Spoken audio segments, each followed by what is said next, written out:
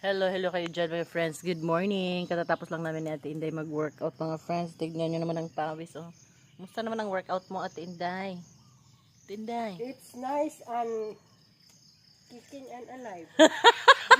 Siyempre ang mga aso natin dyan nagaantay na oh. Nagaantay na sila sa pandesal. Good morning world. O diba? Sarap talaga magpapawis sa morning mga friends. Aha. Pero grabe yung workout namin ni Ate. Ano lang yun eh.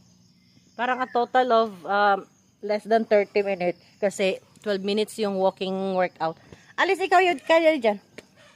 12 minutes yung walking workout. Tapos cha-cha-cha-cha na turbanes. Aray! Ang dumi naman talaga. Paluin, be? Paluin? Be. Para! Paluin ko yung lahat dyan! Sige! Saan ba yun? Be? Sure. Gusto kasi nilang magyakap. Tapos sayo-sayaw. May gusto po